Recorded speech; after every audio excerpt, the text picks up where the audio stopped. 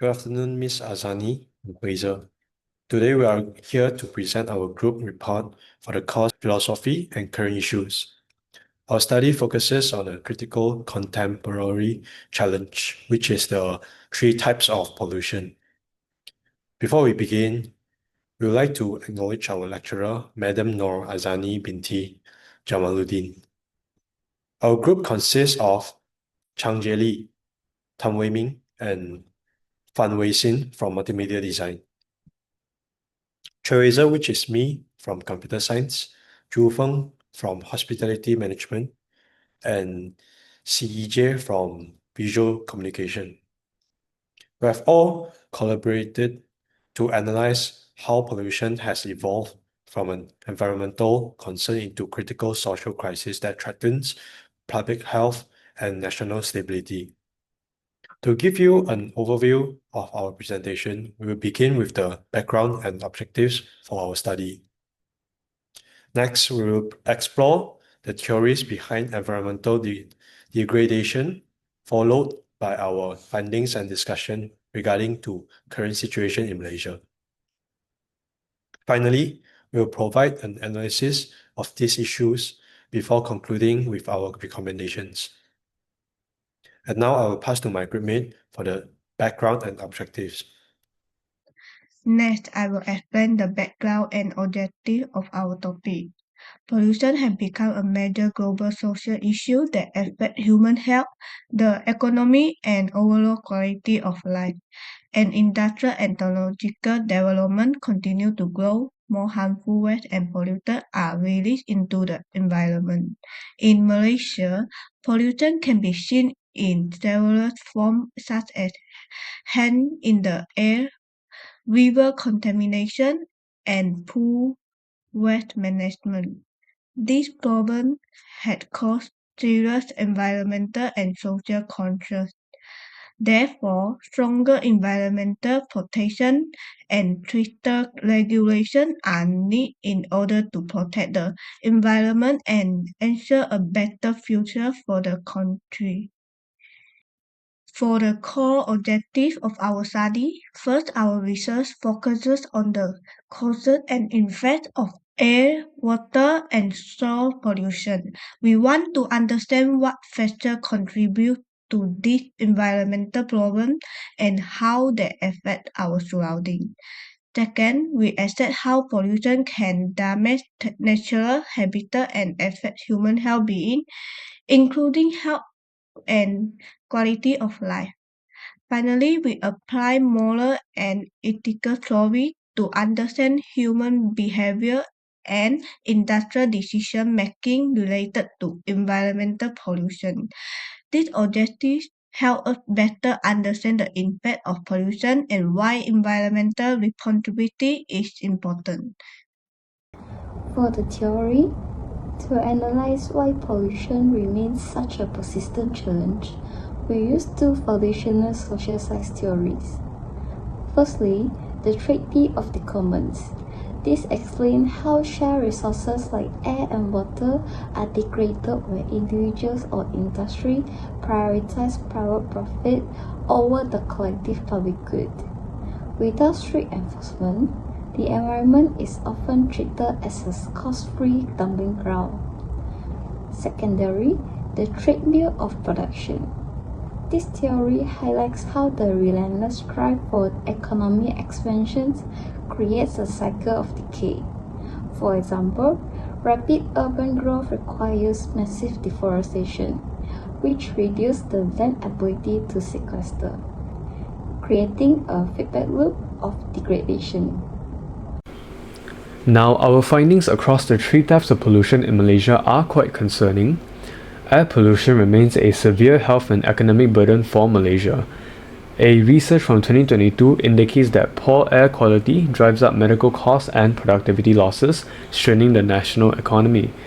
And despite measures like the September 2025 transition to Euro 5 petrol, the country still battles haze from regional fires, which frequently disrupts daily life and social activities.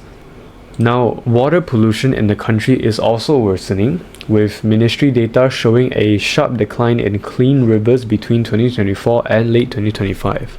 And this can be shown in the 2025 Johor River incident, where sand mining caused extreme turbidity, which resulted in mass fish deaths and water outages for 800,000 residents.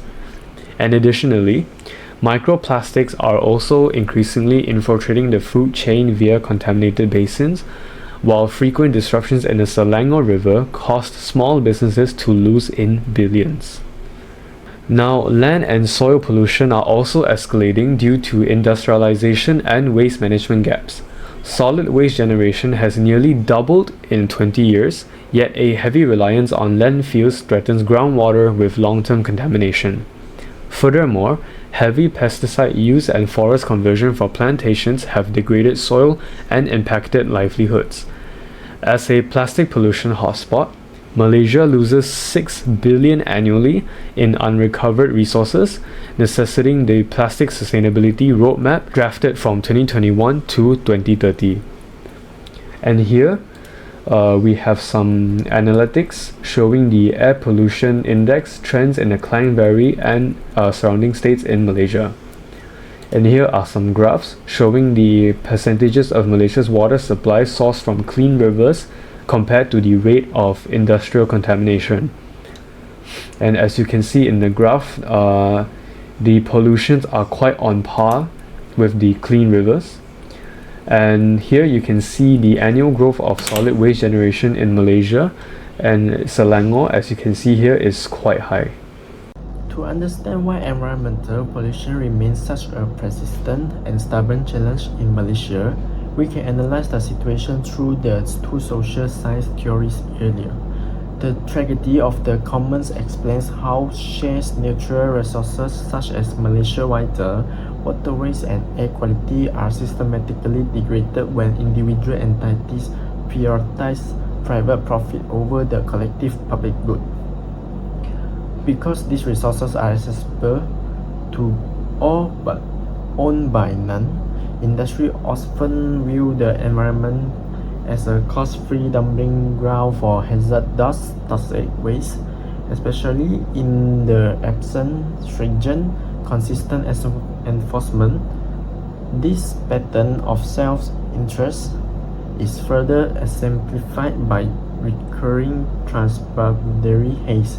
In this instance, cheap land clearing practices abroad prioritize immediate individual gain, leaving neighboring populations to endure the consequences of breathing dangerous substances air.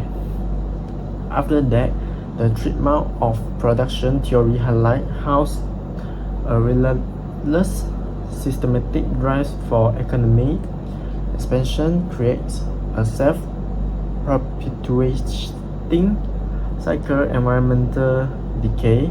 In the Malaysian context, the pursuit of rapid infrastructure growth and aggressive urban development has necessitated massive deforestation, which strips the land of its natural capacity to sequester carbon dioxide.